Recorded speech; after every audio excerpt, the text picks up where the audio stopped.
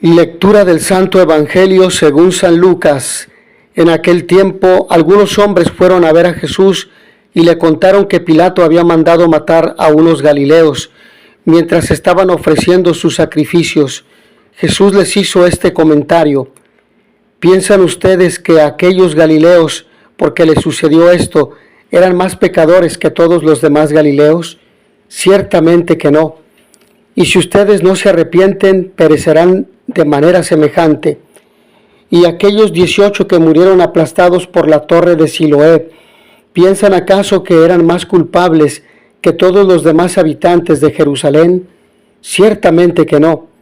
Y si ustedes no se arrepienten, perecerán de manera semejante. Entonces les dijo esta parábola: un hombre tenía una higuera plantada en su viñedo.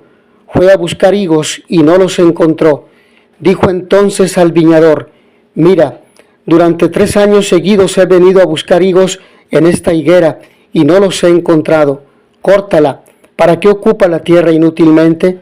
El viñador le contestó: Señor, déjala. Todavía este año voy a aflojar la tierra alrededor y a echarle abono para ver si da fruto. Si no, el año que viene la cortaré. Palabra del Señor. Déjala todavía este año para ver si da fruto. Si no, el año que viene la cortaré. El Evangelio de San Lucas para este tercer domingo de Cuaresma viene muy directo para invitarnos a la conversión. Es lo propio de este tiempo,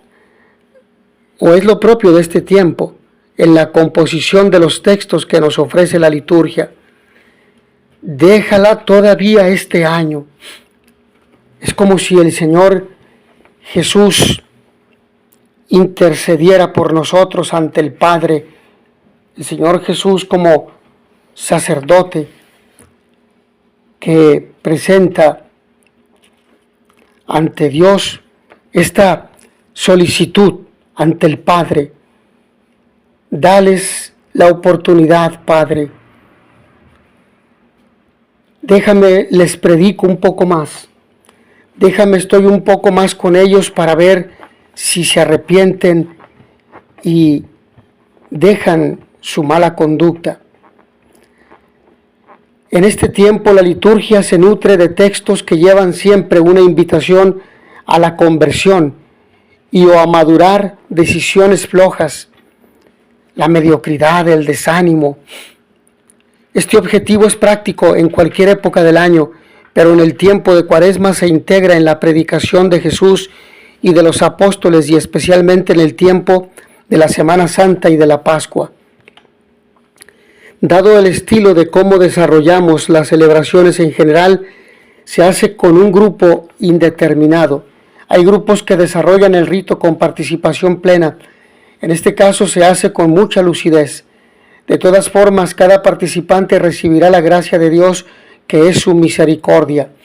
La liturgia de este día tiene también lecturas del Éxodo y de la carta de San Pablo, concretamente dirigida a los Corintios. La primera lectura, el Éxodo, y la segunda de San Pablo, son textos con ambientación muy distante, lugar, ambiente, pero se ofrecen experiencias de personas con sus vivencias. En este sentido, nos estarían retando a ver lo que nos tocó vivir y qué soluciones les dimos.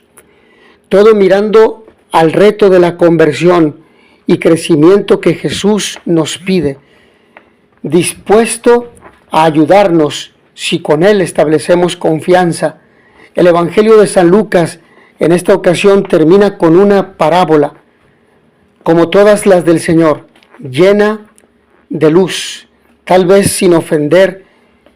Si no la entendemos es porque no ponemos atención, porque nos ganan las preocupaciones del mundo, las preocupaciones diarias de nuestra vida, porque nos distraen las redes sociales y por tantas otras situaciones externas, tantas cosas que a veces nos impiden concentrarnos y poner atención al mensaje de la palabra que Dios nos ofrece. Pero escuchamos en la primera lectura, yo soy el Dios de tus padres. Esta lectura trata de presentar unos rasgos todavía muy primitivos para definir la vocación y misión de Moisés, pero en ellos se puede encontrar el sentido concreto de lo que Dios quiere compartir con la humanidad. Sin duda es un maestro lleno de paciencia y paso a paso se irá formando lo que llamamos historia de la salvación.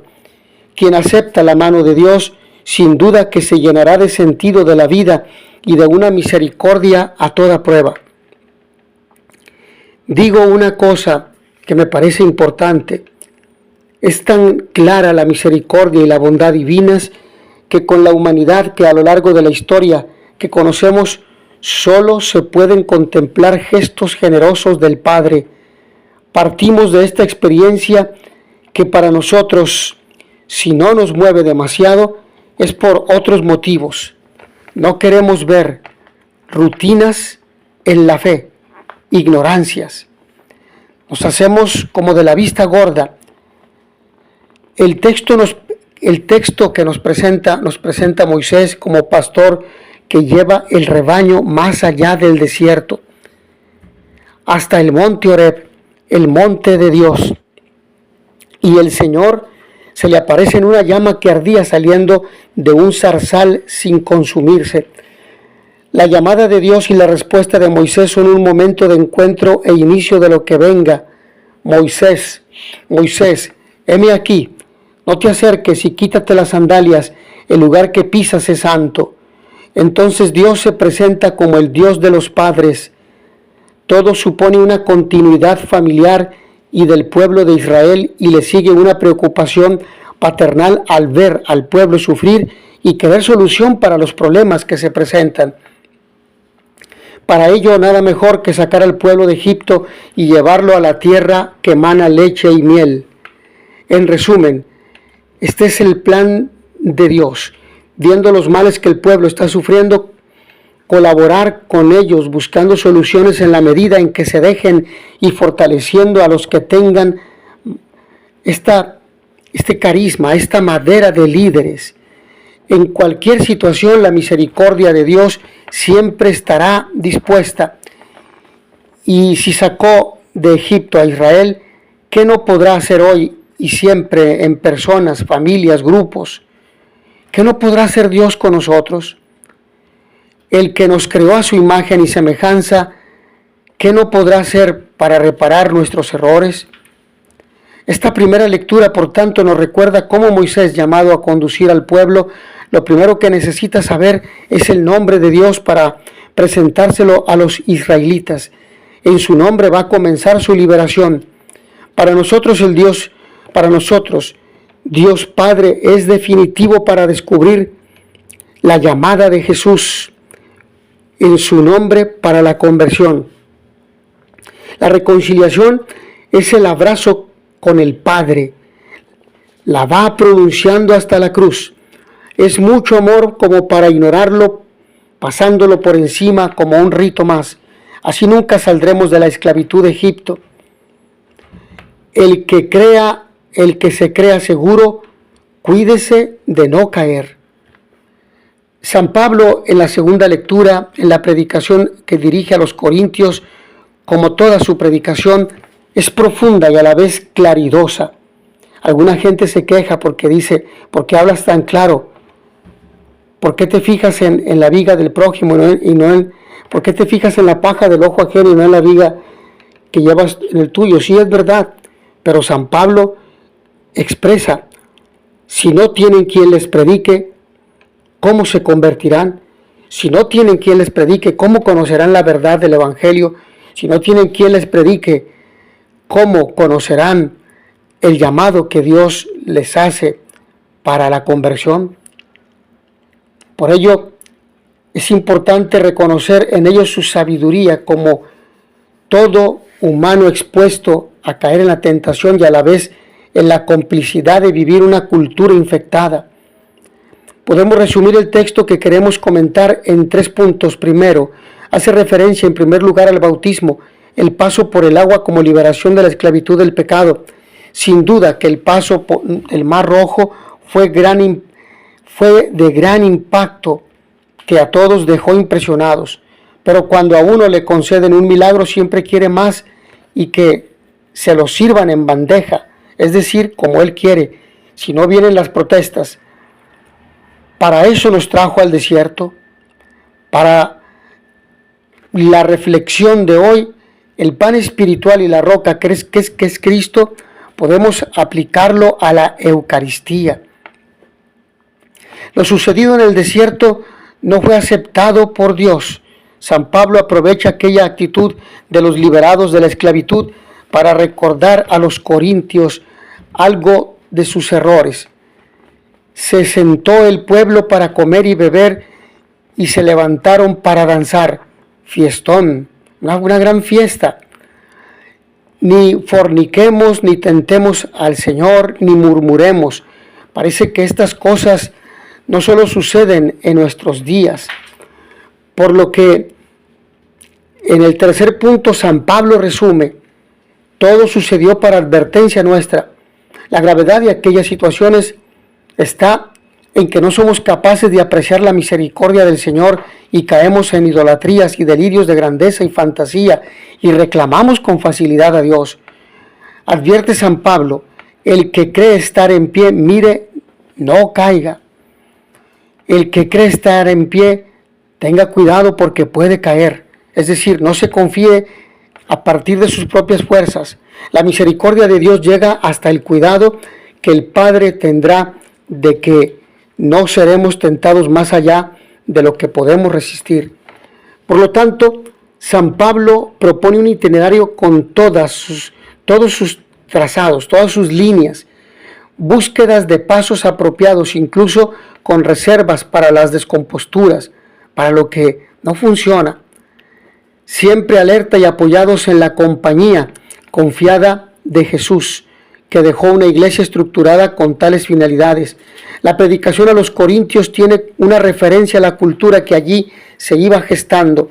Otro tanto tendríamos que hacer nosotros con verdadera necesidad para la mayoría de las personas.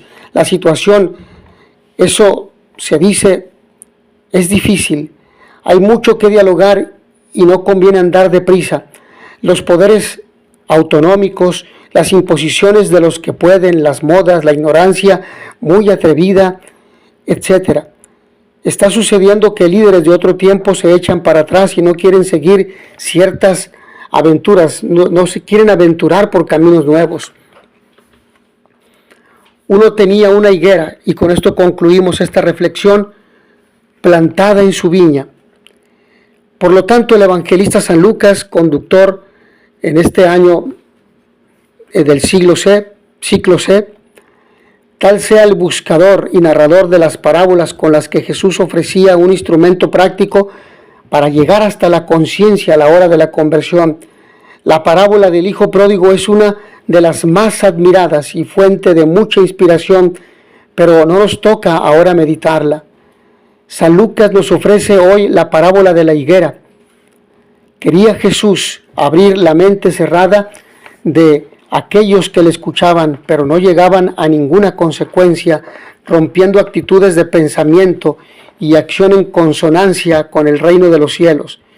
El texto hace alusión a lo de los galileos, cuya sangre Pilato la había mezclado con la de los sacrificios y se la ofrecían a los muertos aplastados por la torre de Siloé. A Jesús le contaron la creencia de que lo que le sucedió fue por castigo de Dios. Jesús quiere que se descubra el amor misericordioso de Dios cuando hay un espíritu de conversión. Los sufrientes no son mejores que los que en aquel momento le cuestionaban. Es entonces cuando les ofrece la parábola con una advertencia. Si ustedes no se arrepienten, perecerán de manera semejante. Alguien tenía una higuera en el campo, llevaba varios años sin producir. Piensa que lo mejor será hacerla desaparecer para evitar estorbos. Es una planta estéril. Sin embargo, el viñador tiene cariño a la planta y hace todo para salvarla. Cavaré alrededor, le echaré estiércol, removeré la tierra. Es aquí donde cabe pensar la estima del viñador por la planta, que queda invitada a dar fruto, sino queda a su suerte. Con este relato Jesús quiere que aquellos que le escuchan reaccionen ante el proyecto misericordioso de Dios. Es decir, Jesús se refiere a ti y a mí. Estamos dando fruto con los dones que Dios nos ha dado, con las capacidades intelectuales, con los valores que hemos aprendido, o estamos caminando por el camino contrario a la cruz, por el camino contrario a la salvación. Vamos con un proyecto de vida egoísta, al estilo de Nietzsche, con el anticristo o con el superhombre, al margen de los hermanos y al margen de Dios. Y por ello se nos invita a clarificar nuestra fidelidad a la iniciativa divina, para que la acción misericordiosa, nos preguntamos, ¿para qué la acción misericordiosa proyectándose sobre los valores de lo humano? ¿Para qué? ¿Para qué una iglesia sin vida cristiana, sin valor y con miedo a que nos caigan las torres encima, con tantos temores pero sin sacudir las causas? Tantos temores que no nos quitamos. Higuera seca, sin fruto, arrepintámonos a tiempo, demos gracias a Dios por su misericordia, decidamos cambios oportunos que den a nuestras vidas el sentido propio de hijos de Dios. Jesucristo, Hijo de Dios, enviado en principio para humanizar las distintas épocas e iluminar una conversión ascendente. Suena fuerte lo de conversión, pero en realidad a lo que nos invita es a ser abiertos y despiertos como la higuera, dar frutos exquisitos. El ser humano está creado a imagen y semejanza de Dios, que es amor. Construyamos el reino del amor, la civilización del amor. Mis hermanos, que todos ustedes el Señor los bendiga y les dé la paz. Y noticia veritatis proficere pax et bonum.